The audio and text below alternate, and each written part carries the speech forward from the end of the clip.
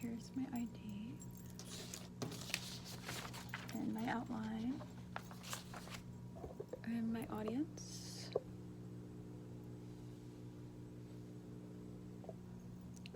So I'm at the Trinity River campus, and today I'm going to be teaching you all how to be prepared for an interview. Okay, so I'm going to start off with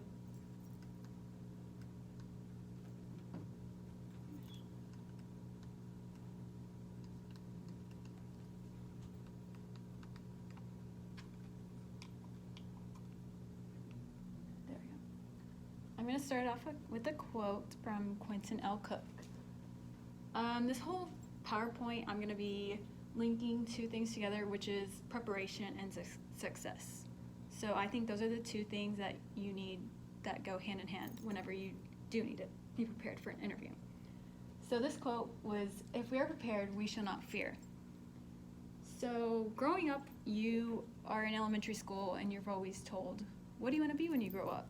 And you always have something in mind. You want to be a doctor, you want to be a teacher, you want to be a hairstylist. But you really don't think about the process to get there. You don't really think about all the 60 hours of preparation through school, all the stress of the homeworks, the tests, and everything. You really don't think about the interview, though. So you are going through middle school and you kind of grow up a little bit more, but you're still not thinking about an interview. You're only thinking about the game that's going to be at 5 o'clock, or you're just thinking about focusing on grades, and even throughout high school. So there are a couple people that can push and motivate you to become prepared, which can be your teachers or your parents. They're probably your biggest motivators. But I think the biggest one is yourself. So you need to prepare yourself for this. And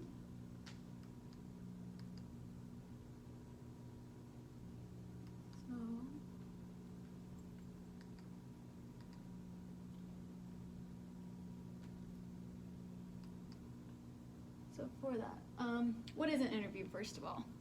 So an interview is a way of communicating and exchanging data from information about both you and to the provider that you might be capable of being a potential employer, and making a purpose and sound decision to work with each other. So what do you need to do in this process? You need to prepare, you need to learn, and you need to evaluate.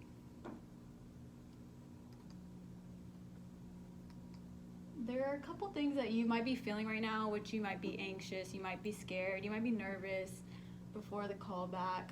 And after the callback, you might be still a little befuddled, not knowing how to act, because you could be happy or you could be sad. And a callback doesn't always mean that you did get the interview or did get the job. It might just mean that they offered the position to another person, or they could be offering it to you. So you could be delighted too. But there are two things to that. So is it okay to be not okay right now? Yes. You might still be scared.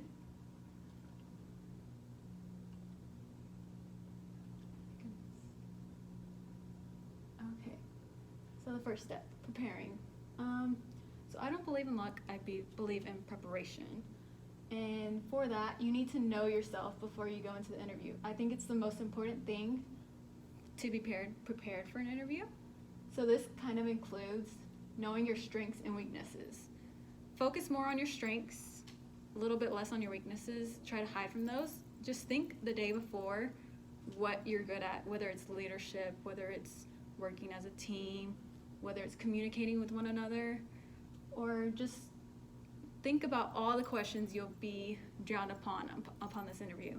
They'll be asking you, what is your past reference, or what is your past job, former employer, who's going to be a reference for you, what is your best strength. So for that, I have some pictures showing that. And also, I think the most important thing about this too is dress for success. I speak with that from my kind of like past interviews. I've always tried to dress really like professional, business casual, doing something to like kind of make myself first, like that, get that good first impression. before that, you should always prepare ahead of time. So lay out your clothes for the next day. Don't do it the night or the day of, because you might be switching up your outfits and be like, oh no, this doesn't look good, or this doesn't look, no, it's not the outfit. So prepare it the day before. And so just do that. And there's some pictures to show you kind of what to wear, and if you're a male and then a female.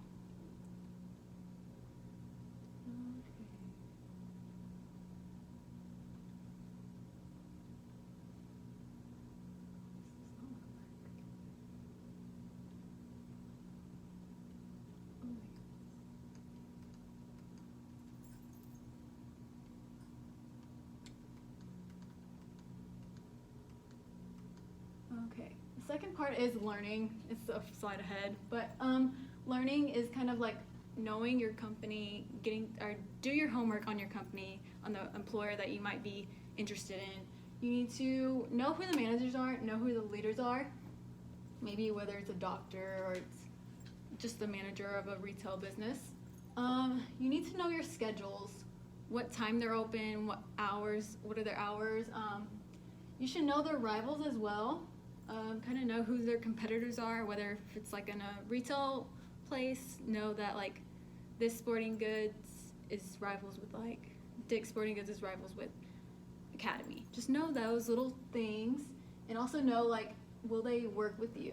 So if you're still gonna go to school for your bachelor's or for your master's, know, will they work with your school schedule? Know the benefits that they have too for you.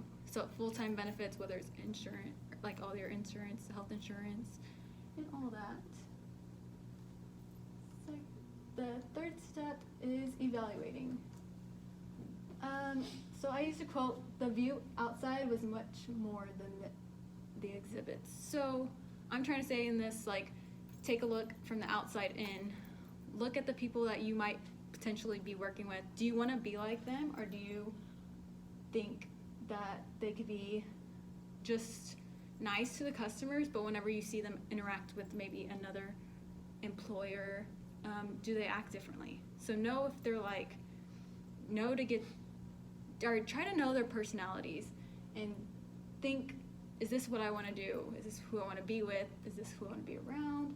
So that's why I always think two-faced people are kind of like, that's if they act one way to another and they just kind of are really nice to only certain people.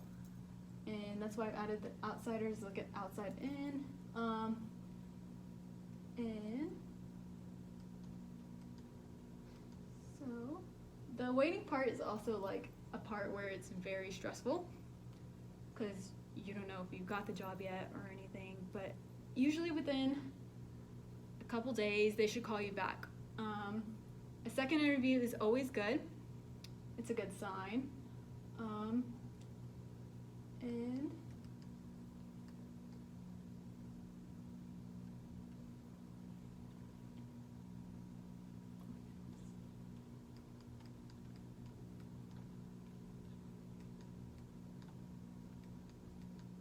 second interview is always good. Hired on the spot is a good sign. Good communication between each other is always really good, between you and the interviewer. Speaking about schedules is always a good sign too. And then if they're speaking about pay and about what they can work with you, that's always a good sign too.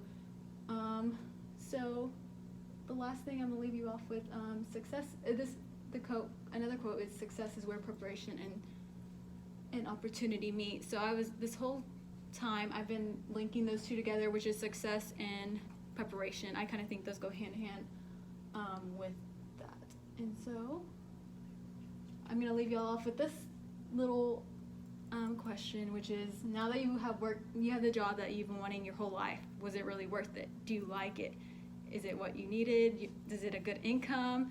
Is it good for you and your family? So that is it.